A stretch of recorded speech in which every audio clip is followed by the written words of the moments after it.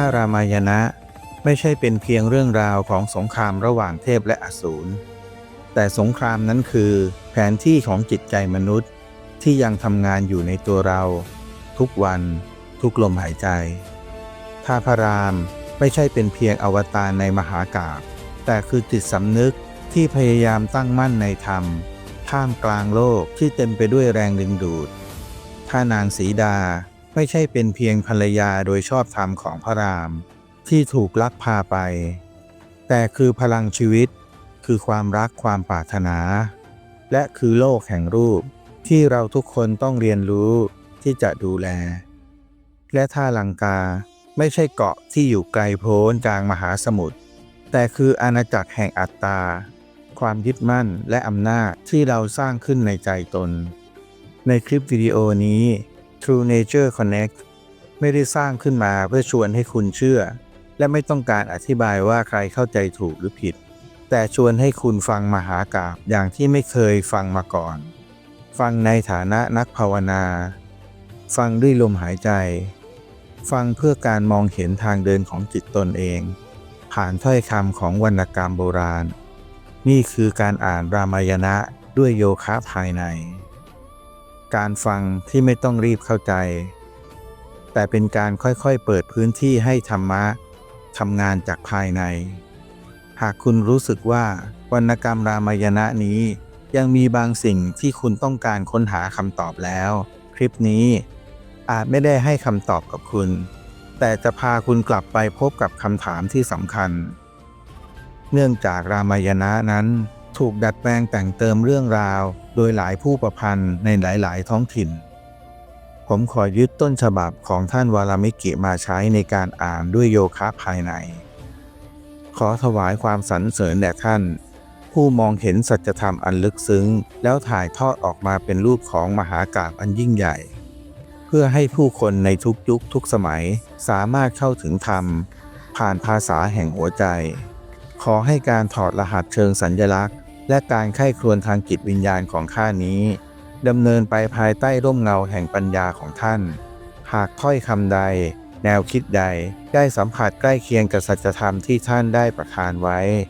ขอให้เป็นผลแห่งพระกรุณาและญาณบารมีของท่านและหากการอ่านการตีความหรือการเข้าใจใดๆของข้าคลาดเคลื่อนไม่สอดคล้องหรือห่างไกลจากเจตนาอันบริสุทธิ์ของท่านขอได้โปรดเมตตาอโหสิกรรมให้ข้าด้วยเถิดขอให้ผู้ฟังและผู้อ่านทุกท่านเมื่อเปิดหน้ามหากาพย์นี้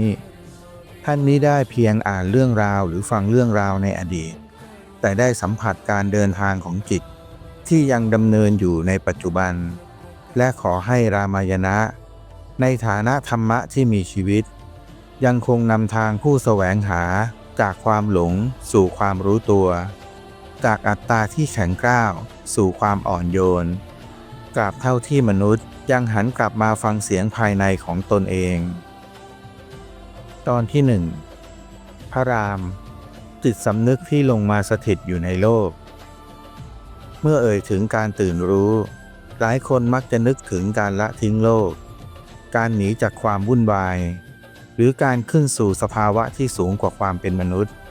แต่ในรามายณะนั้นเริ่มต้นด้วยภาพที่แตกต่างออกไปอย่างสิ้นเชิงพระรามผู้เป็นอวตารหมายถึงจิตที่ไม่ปฏิเสธโลกวัตถุรามายณะไม่ได้เริ่มเรื่องจากโยคีที่ใช้ชีวิตในถ้ำหรือป่าเขาแต่เริ่มจากผู้ที่มีชีวิตอยู่ในราชสำนักมีครอบครัวมีหน้าที่มีความรับผิดชอบและมีความสัมพันธ์เกี่ยวข้องกับอาณาจักรด้านต่างๆไม่แตกต่างจากชีวิตในแบบคฤหัสถ์ผู้ครองเรือนส่วนที่กล่าวถึงนี้ไม่ใช่เป็นการบรรยายถึงรายละเอียดส่วนย่อยๆของเรื่องแต่คือคำประกาศทางจิตวิญญาณอย่างเงียบๆว่าการตื่นรู้ไม่ได้เกิดจากการปฏิเสธโลก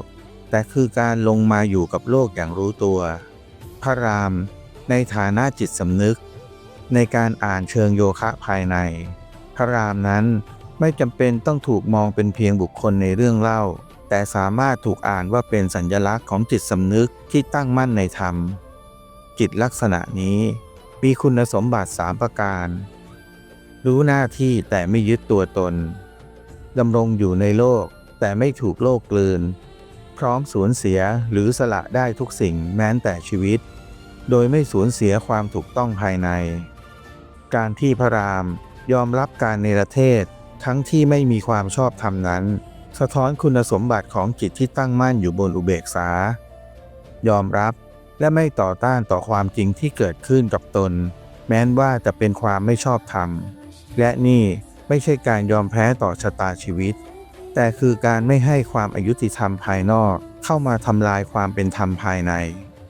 แม้ว่าการอวตารนั้นเป็นการเคลื่อนลงแต่ไม่ใช่เป็นการตกต่ำหรือการลดระดับในหลายแนวคิดทางจิตวิญญาณเข้าใจว่าการลงมาเป็นการเสื่อมแต่ในภาษาของอากามะและตันตระการเคลื่อนลงนั้น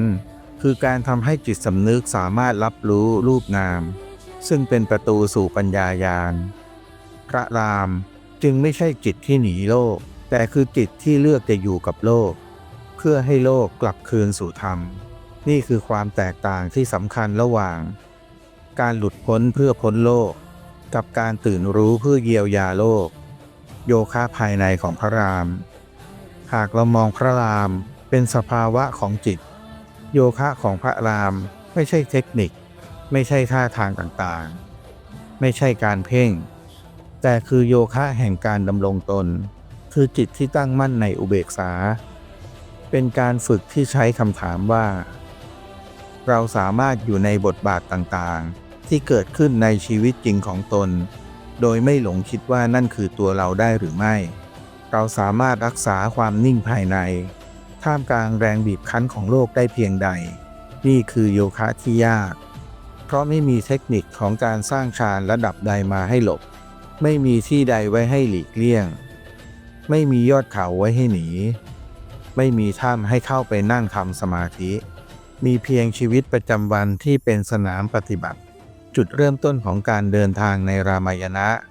ไม่ได้เริ่มจากการต่อสู้กับทศกัณฐ์หรือราวณะแต่เริ่มจากการตัดสินใจภายในของจิตก่อนจะเผชิญอัตตาจิตต้องเลือกธรรมคือตั้งมั่นอยู่บนอุเบกขาก่อนจะฟื้นฟูศักติจิตต้องยอมลงมาอยู่กับโลกหากจิตไม่พร้อมลงมามันย่อมไม่พร้อมพากลับ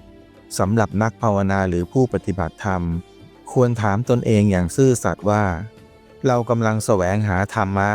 เพื่อหนีจากชีวิตที่เป็นอยู่เพื่อให้ได้ชีวิตที่ดีกว่าหรือเพื่อที่จะกลับมาใช้ชีวิตอย่างรู้ตัวเราอยากตื่นรู้หรือเราแค่อยากเป็นผู้ที่ไม่รู้สึกเจ็บปวดอีกต่อไปพระรามในตัวเราไม่ได้ต้องการให้เราทิ้งโลกแต่กำลังรอให้เรากลับมาอยู่กับโลกอย่างเต็มหัวใจโดยไม่หลงลืมตัวเองการเดินทางของโยคะภายในไม่ได้เริ่มจากการยกพลังศักติขึ้นแต่เริ่มจากจิตที่ตั้งมั่นในอุเบกขาอย่างถูกต้องศักติจึงจะถูกพาออกเดินทางในตอนต่อไปเราจะพบกับสีดาซึ่งไม่ใช่ในฐานะผู้ถูกลักพาตัวแต่ในฐานะกุณดาลินีศักติพลังชีวิตและโลกแห่งรูปที่จิตไม่อาจละเลยได้อีกต่อไป